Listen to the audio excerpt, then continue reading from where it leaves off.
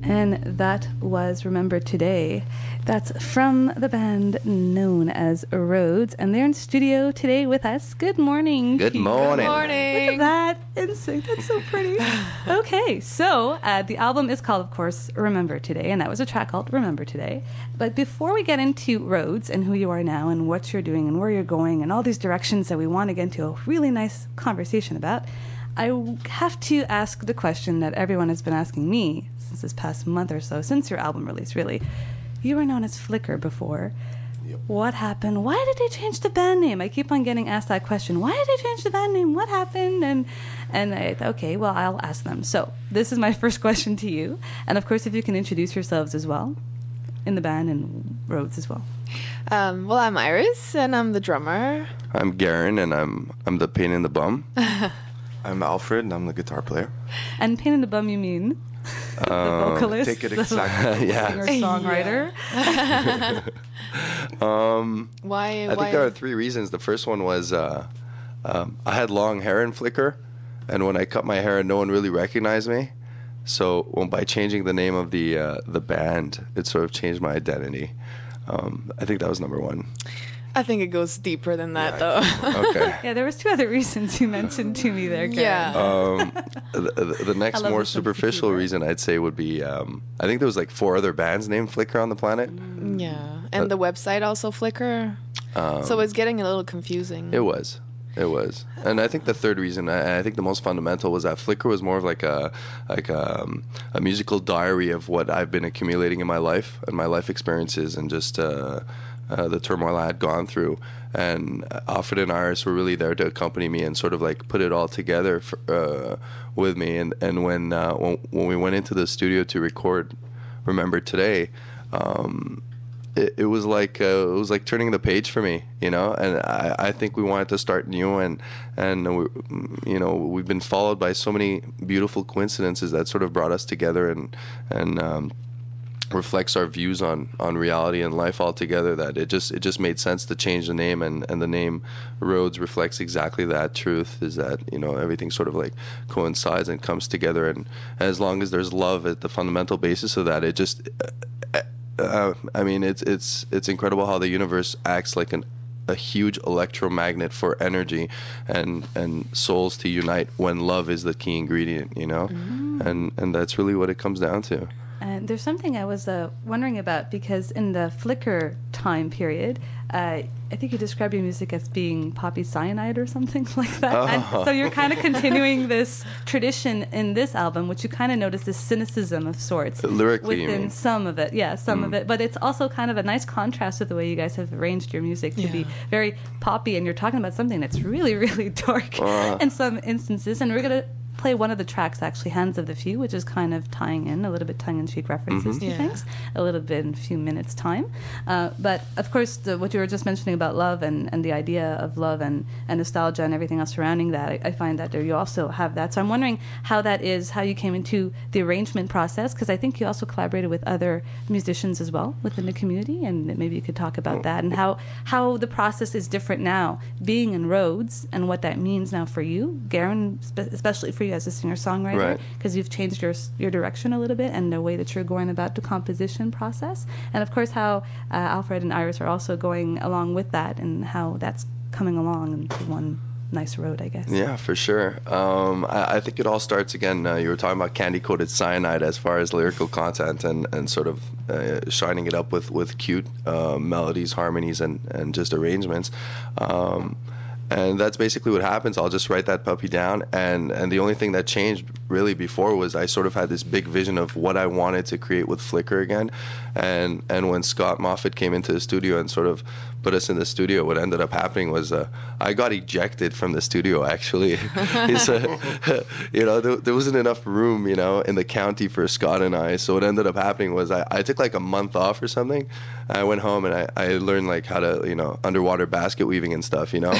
And Alfred and Iris just went to the studio and started brainstorming with Scott and said, oh, this would be cool and that would be cool. And, you know, I showed up back to the studio and they're like, what do you think of the song now? And it was like, you know, the little home makeover, you know, I just got back to my home and it was like, you know, Jenny Craig was in there, you know, and I think it's Debbie Travis. Debbie Travis, right? Canadian star, Canadian content. Amen, Alfred. Amen, amen. And that's what's happening. So I think what's happening now is, you know, it still starts off out of my hands, but at this point I give it off to them, and I give them full confidence to put their flavors and and their spices into the song, and it just. Honestly, the difference is mind blowing. It just brings life to the whole element, you know. Was it a change as well for Iris and Alfred as well to be a little bit more involved, I guess, or? Oh yeah, it was it was awesome. Like we really felt part of. Not that we didn't feel part of Flickr before, but like just being so involved was I don't know. We grew so much, and gratifying, and it was just a beautiful experience overall, and it was good to see us working together, and see what we're coming up with, and liking what the end result is. Yeah, it was. I think I don't know. Awesome. It's just it was.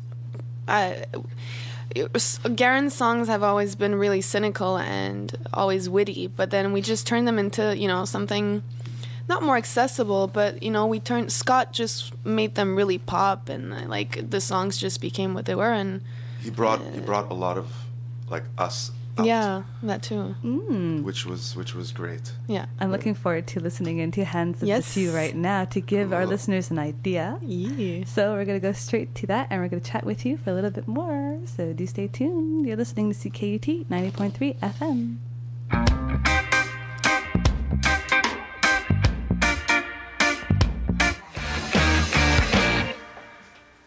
So that was Hands of the Few. That's a track title for Rhodes, and we're chatting with Rhodes. Thanks again for coming in again.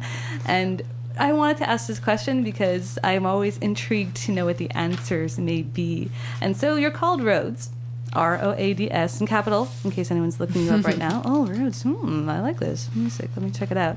I'm wondering, which road are you taking now? Or are there many roads for you that you'll be taking with this album, or with musical direction, musical collaborations, musical conceptual albums? I don't know. I'm just throwing it at you, and maybe each of you can answer. Because I am here, by the way, listeners, with Alfred, Iris, and, of course, Garen.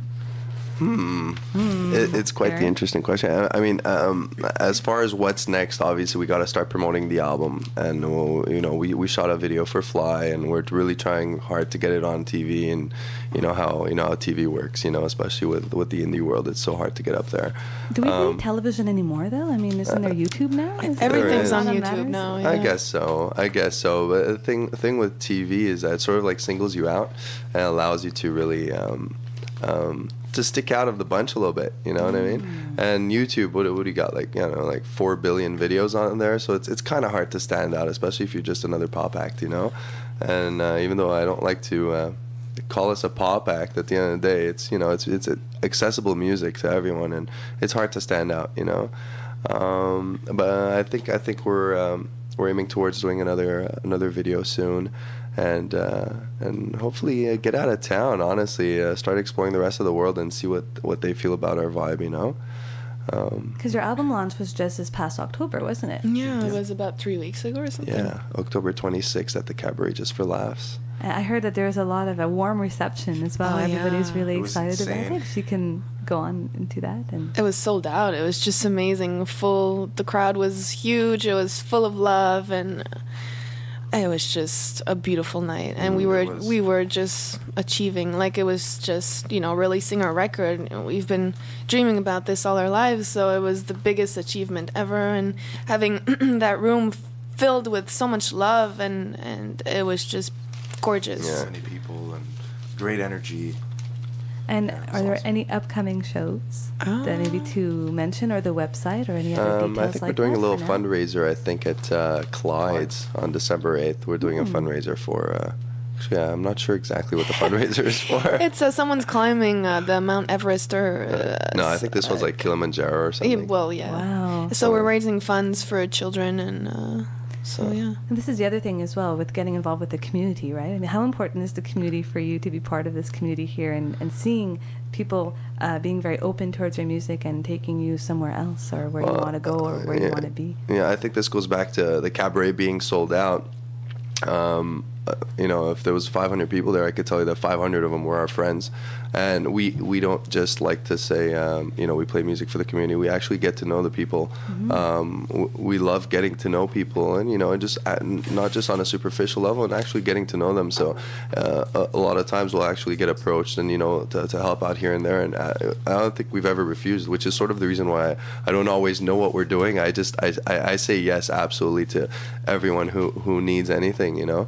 And we just grow our family that way, because without community, really, we're just empty souls, you know. So. Oh, this is so touching. Yeah. So I want to chat more, and it's already 8:57. Oh, I no. knew time was going to fly by, but there is something else you'd like to mention. Yeah, we have a CD here that we could. That's right. Give away. This is a surprise for us today, right? We're giving away things today. Woo! So, actually, if someone wants to win your CD, they can call us right now. Yeah, 514-448-4013. That's 514-448-4013. And we can see we have still some time to take your phone call. 514-448-4013. And, well, I look forward to chatting with you three again. Someone's already calling. I'm getting to you. Wonderful. Hold the line. And we're going to sign off with Fly. Thank you all so very much for coming in. Thank you. You could share your website as well. You have one on MySpace, I know that. They can listen to, and Last FM maybe as well. Yeah, roadsband.com. And they can go on there. There's a few songs on there. And the songs are available on iTunes, everywhere, HMV, Archambault, everywhere. So... Thanks so much. Thank you. Iris. Thanks so much, Garen. And thanks so much, Alfred. And we look forward to recording you the next time around, too. Oh, yeah. So we have a nice acoustic set for us. Yes. So we'll chat with you next time. All right. Take your time, think it up and you can turn it around. Taking cover when